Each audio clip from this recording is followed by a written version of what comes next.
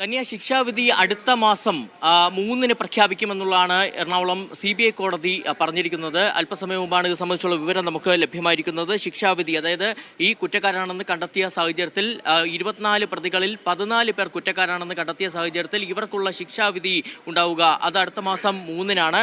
സ്വാഭാവികമായിട്ടും നേരത്തെ ഈ കുറ്റക്കാരാണെന്ന് കണ്ടെത്തിയതിന് പിന്നാലെ 24 പ്രതികളിൽ 14 പ്രതികൾ കുറ്റക്കാരാണെന്ന് കണ്ടെത്തുന്നു. 10 പേരെ വെറുതെ വിടുകയും ചെയ്തിരുന്നു. ഇതിന് പിന്നാലെ കോടതിയിൽ ഈ പ്രതികൾ ചില കാര്യങ്ങൾ ഉന്നയിച്ചിരുന്നു. കുടുംബ പ്രാരാബ്ദങ്ങളാണ് അവർ കോടതിയിൽ ചൂണ്ടിക്കാട്ടിയത്. പ്രായം ചെന്ന മാതാപിതാക്കളും കുട്ടികളും ഉണ്ടെന്നുള്ളത് പ്രതികൾ കോടതിയെ അറിയിക്കുന്നത്. പ്രധാനമായും 18-ാം വയസ്സിൽ, അതായത് 7-ാം പ്രതിയായ അശ്വിൻ കോടതിയിൽ പറഞ്ഞിരിക്കുന്ന 18-ാം വയസ്സിൽ ജയിലിൽ കയറിയത് എന്നുള്ളതാണ്. പട്ടാളക്കാരനാകാൻ ആഗ്രഹിച്ചു, വീട്ടുകാരെ 6 വർഷമായി കാണാൻ കഴിഞ്ഞിട്ടില്ല, ഡിഗ്രിക്ക് പഠിക്കണമെന്ന് ആഗ്രഹമുണ്ടെന്നുള്ളത്. ഇതോടൊപ്പം തന്നെയാണ് 8-ാം പ്രതിയും ചില കാര്യങ്ങൾ കോടതിയെ അറിയിച്ചത്. അമ്മ രോഗാവസ്ഥയിലാണ്, എന്നാൽ വധശിക്ഷ നൽകണമെന്നുള്ള അപൂർവമായിട്ടൊരു പ്രതികരണമാണ് ഇപ്പോൾ 15-ാം പ്രതിയുടെ ഭാഗത്തു നിന്ന് ഉണ്ടായിരിക്കുന്നത്. അതായത് കരഞ്ഞുകൊണ്ടാണ് 15-ാം പ്രതി വധശിക്ഷ നൽകണമെന്ന് ജഡ്ജിയോട് പറഞ്ഞത്.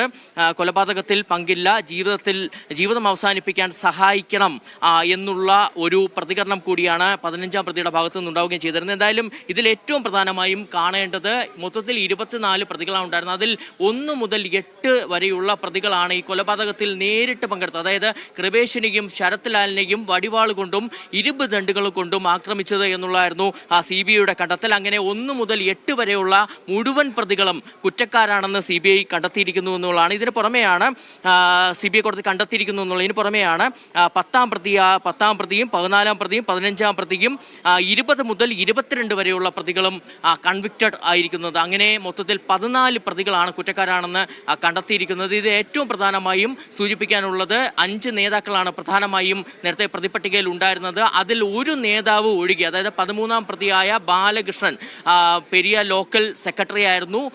ഇയാൾ ഒഴികെയുള്ള മറ്റ് നേതാക്കൾ എല്ലാവരും തന്നെ കുറ്റക്കാരാണെന്ന് കണ്ടെത്തിയിരിക്കുന്നു എന്നുള്ളതാണ് ഏറ്റവും പ്രധാനപ്പെട്ട കാര്യം. എന്തായാലും ഇനി ഈ ശിക്ഷാവിധിക്ക് മുന്നോടിയായിട്ട് ശിക്ഷയിന്മേലുള്ള വാദം കേൾക്കേണ്ടതുണ്ട്. ആ ശിക്ഷയിന്മേലുള്ള വാദം കേട്ട ശേഷമായിരുന്നു, അതായത് 14 പ്രതികൾ കുറ്റക്കാരാണെന്നാണ് കണ്ടെത്തിയിരിക്കുന്നത്. സ്വാഭാവികമായിട്ടും ഇവർക്കുള്ള ശിക്ഷയിന്മേലുള്ള വാദം കേൾക്കേണ്ടതുണ്ട്. ആ വാദം കൂടി നടന്ന ശേഷം അടുത്ത മാസം 3-ാം തീയതി ശിക്ഷാവിധി പുറപ്പെടുവിക്കുമെന്നുള്ളതാണ് ജഡ്ജിയായ ശേഷാദ്രിനാഥൻ വ്യക്തമാക്കിയിരിക്കുന്നത്.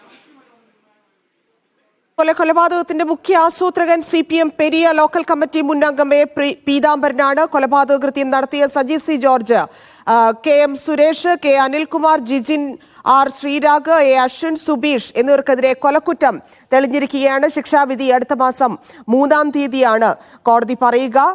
T Ranjith, K Manikandan, area സെക്രട്ടറിയാണ് മണികണ്ഠൻ, കാഞ്ഞങ്ങാട് ബ്ലോക്ക് പഞ്ചായത്തിന്റെ പ്രസിഡന്റായിരുന്നു. A സുരേന്ദ്രൻ, KV കുഞ്ഞിരാമൻ, ഉദുമ മുൻ MLA, CPM ജില്ലാ സെക്രട്ടേറിയറ്റ് അംഗം കൂടിയായ KV കുഞ്ഞിരാമൻ, രാഘവൻ വെളുത്തോളി പാക്കൽ ലോക്കൽ സെക്രട്ടറിയായിരുന്നു, KV ഭാസ്കരൻ എന്നിവരാണ് കോടതി കുറ്റക്കാരെന്ന് കണ്ടെത്തിയിരിക്കുന്ന മറ്റുപേർ. 14 പേരിൽ 6 പേർ CPMന്റെ പ്രധാന നേതാക്കളാണ് എന്നുള്ളതാണ്. 14 പേരെയാണ് കോടതി കുറ്റക്കാരായി കണ്ടെത്തിയിരിക്കുന്നത്. 10 പ്രതികളെ കോടതി വെറുതെ വിട്ടിട്ടുണ്ട്. 1 മുതൽ 8 വരെയുള്ള പ്രതികൾക്കെതിരെ കൊലപാതക കുറ്റം തെളിഞ്ഞിരിക്കുന്നു. ശിക്ഷാവിധി ജനുവരി 3-നാണ് പറയുക. എറണാകുളം CBI കോടതി ജഡ്ജി N ശേഷാദ്രിനാഥനാണ് വിധി പ്രസ്താവിച്ചിരിക്കുന്നത്. യൂത്ത് കോൺഗ്രസ് പ്രവർത്തകരായിരുന്ന കൃപേഷിനെയും ശരത് ലാലിനെയും വെട്ടിക്കൊലപ്പെടുത്തിയ കേസിലാണിപ്പോൾ CBI കോടതിയുടെ ഉത്തരവ് വന്നിരിക്കുന്നത്. കൊലപാതകം, ഗൂഢാലോചന, തെളിവ് നശിപ്പിക്കൽ, ഈ വിവിധ കുറ്റങ്ങളിൽ 1 മുതൽ 24 വരെയുള്ള പ്രതികൾക്കെതിരെ ചുമത്തിയ കേസിലാണ്. അതിൽ 14 പേർ കുറ്റക്കാരാണെന്ന് കണ്ടെത്തിയിരിക്കുന്നത്. 10 പേരെ കോടതി വെറുതെ വിട്ടിരിക്കുന്നു. 2019 ഈ സംഭവത്തിന് ശേഷം 6 വർഷത്തിന് ശേഷമാണ് ഈ കേസിൽ വിധി പറയുന്നത്. ശിക്ഷാവിധി ജനുവരി 3-നാണ് CBI കോടതി പറയുക.